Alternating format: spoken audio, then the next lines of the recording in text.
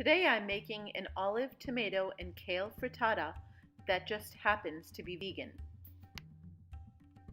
To start with, you're going to need a few ingredients. You're going to need some of your favorite olives, some grape tomatoes, half an onion, 2 cloves garlic, a little bit of sesame oil, some chickpea flour, a little bit of salt, black salt or Himalayan salt, some kale, and keep a little bit of water to mix up the flour with.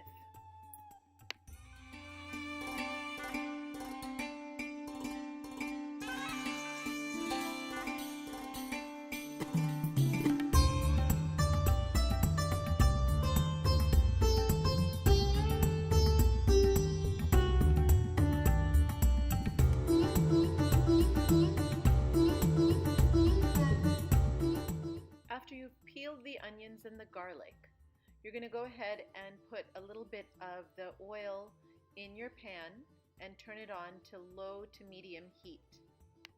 While the oil is heating, you're going to go ahead and slice your onion.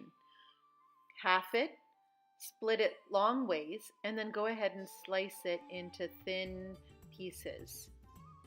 You'll do the same with the garlic, just long, small slices.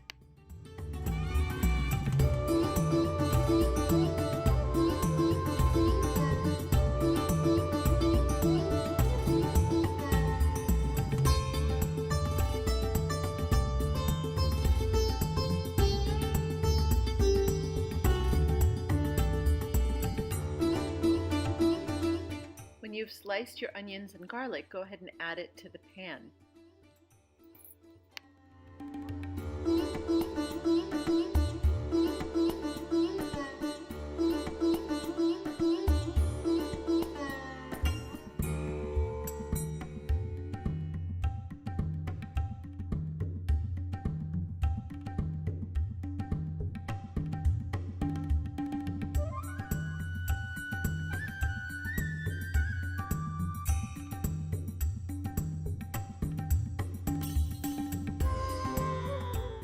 After you've added the onions, you're going to go ahead and reach for the tomatoes and simply cut them in half. This prevents the little tomatoes from collecting a lot of heat and burning your mouth later on. I always like to cut them in half for that reason.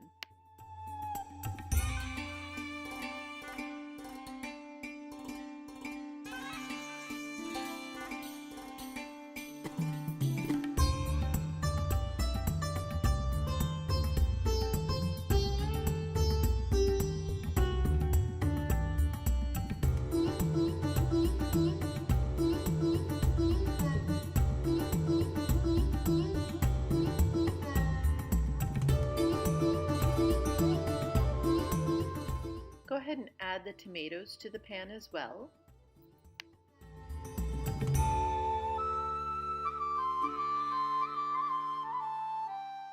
Take your olives now and slice them. Remember, they don't have to be any particular kind of olive, just whatever kind of olives you happen to have on hand, or whatever kind of olives are your favorite olives.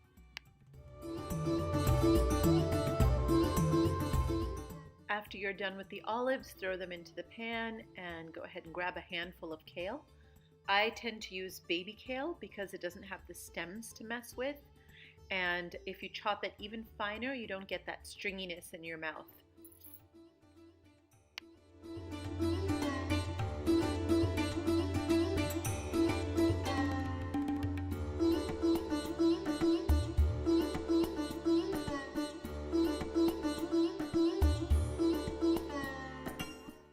After you've cut the rest of the kale up, go ahead and add it into the pan and just stir it up a little bit. While this is cooking down, we're going to go ahead and move on to the batter for the frittata.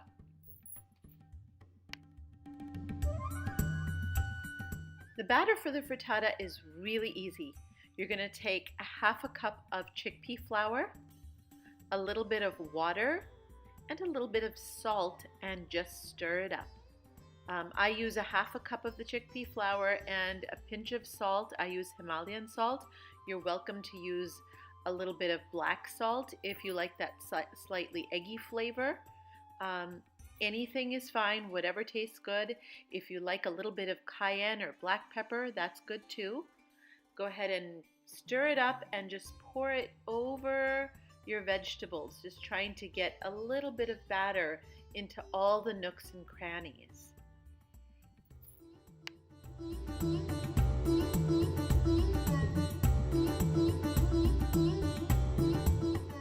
I like to use a fork to work the batter in through the vegetables and make sure that it's all holding together.